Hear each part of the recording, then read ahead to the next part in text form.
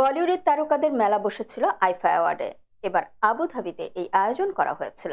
আইফার মঞ্চে সেরা অভিনেতা শাহরুখ খান, সেরা অভিনেত্রী রানী মুখার্জি। বাকি পুরস্কারের তালিকাতেও বলিউডের অভিজ্ঞ তারকাদের সংখ্যাই বেশি। হিন্দুস্তান টাইমস থেকে জানা যায়, Shahrukh Khan box office hit করা সিনেমা জওয়ানের জন্য সেরা অভিনেতার পুরস্কার জিতেছেন। সেরা অভিনেত্রীর পুরস্কার জিতেছেন Rani Mukherjee. Mrs Chatterjee versus Norway সিনেমার দুর্দান্ত পারফরমেন্সের জন্য এই সম্মাননা পেয়েছেন রানী। সেরা পরিচালকের সম্মান গিয়েছে বিধু বিনোদ চোপড়ার ঝুলিতে। 12 ফেল সিনেমার জন্য পুরস্কৃত হয়েছেন বর্ষিয়ান পরিচালক। রকি আর রানী কি প্রেম কাহানির জন্য সেরা সহ অভিনেত্রীর পুরস্কার জিতেছেন শাবানা আজমি। অ্যানিমেলের জন্য সেরা সহ অভিনেতার পুরস্কার জিতেছেন অনিল কাপুর।